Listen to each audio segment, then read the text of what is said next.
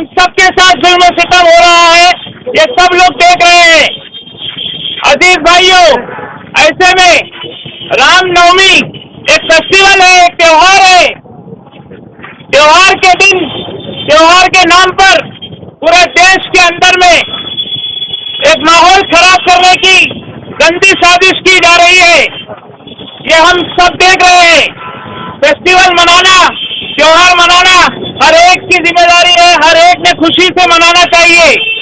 लेकिन मैं पूछना चाहता हूँ, क्या मर्यादा पुरुषोत्तम भगवान श्री राम की किसी तालीम में आपने या मैंने तो आज तक जितनी मुताला या तालीम की है, पढ़ाई की है, उसमें कहीं पर भी ऐसा नहीं है कि किसी धर्म के खिलाफ जा करके मस्जिद में चढ़कर भगवा झंडा लहराइए।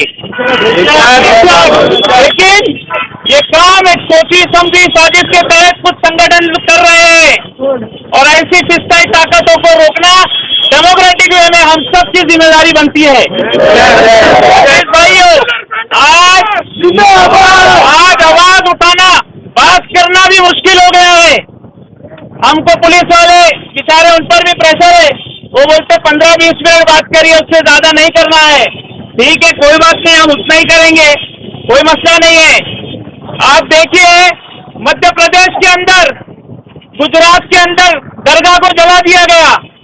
पुलिस भी है, प्रशासन भी है, लेकिन एक भीड़ तंत्र के जरिए नंगी तलवारों को लेकर हजारों लोग रोडों पर निकल कर आ गए हैं। इनका क्या मकसद है? हम इनसे भी कहना चाहते हैं कि ऐसी बेवकूफाना हरकत में मत पड़िए।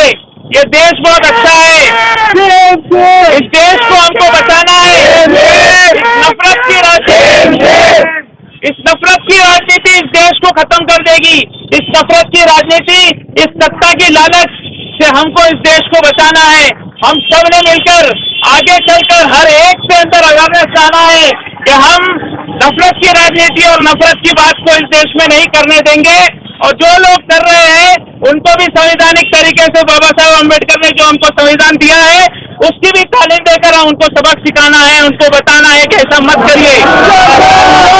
साथ ही साथ और हमारे मदरसों के अंदर कभी भी या मस्जिदों के अंदर से कभी कोई ऐसी बात नहीं हुई है, ये सारे डिपार्टमेंट वालों को भी मालूम है।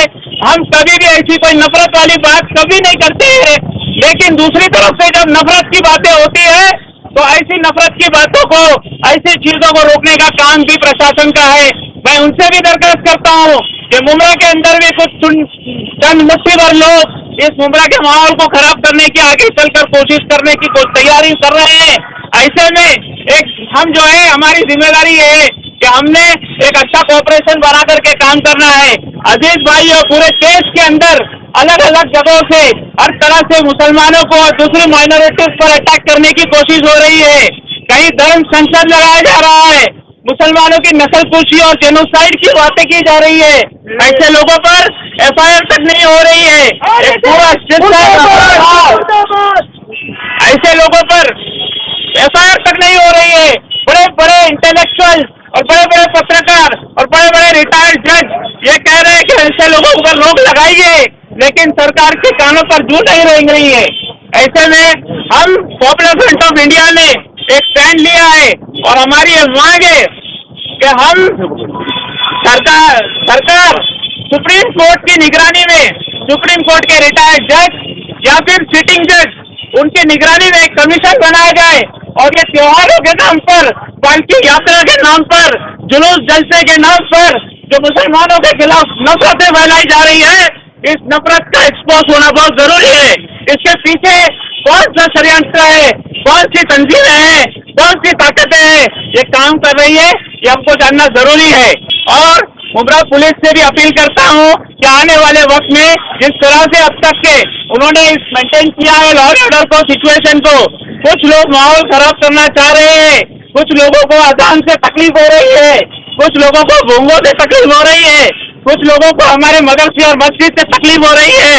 मैं इनको एक ही मैसेज देना चाहता हूँ, हम अमन चाहते हैं। पॉपुलर फ्रंट ऑफ इंडिया का एक नारा है कि हर मजलूम हमारा है, साथ ही साथ दूसरा भी हमारा एक नारा है कि हमको छेड़ो मत, हमको छेड़ेंगे तो हम छोड़ेंगे नहीं। एक भी मदरसा, एक भी मस्जिद, एक भी लाउड स्पीकर पर आपने हाथ लगाने की कोशिश की तो सबसे आगे जिस सब में पॉपुलर फ्रंट ऑफ इंडिया नजर आएगी।